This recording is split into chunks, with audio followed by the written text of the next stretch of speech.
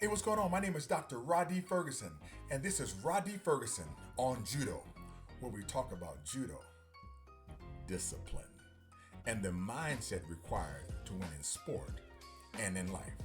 And as always, please visit www.mindsetofAnOlympian.com so you can change your mind and change your life today.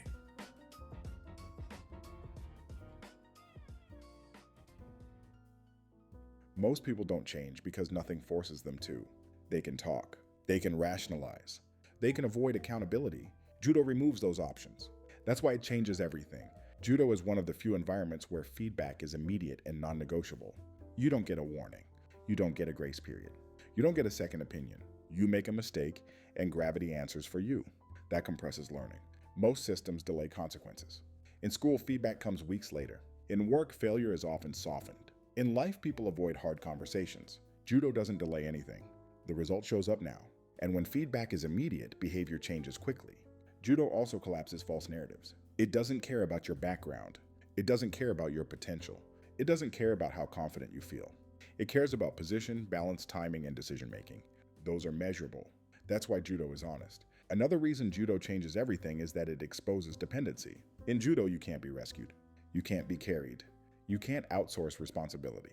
If something goes wrong, it's yours. That's uncomfortable for people who are used to buffers. It's liberating for people who want control over outcomes. Judo also forces you to confront resistance directly, not abstract resistance, not theoretical opposition. A real human being is actively trying to impose their will on you. Once you accept that reality, you stop expecting cooperation from life. You start expecting resistance.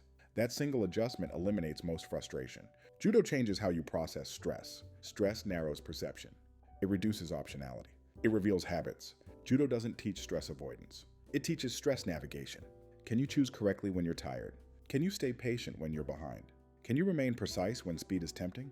Those are transferable skills. Another overlooked effect of Judo is how it reorders priorities. When you train Judo seriously, you start caring less about appearances and more about outcomes.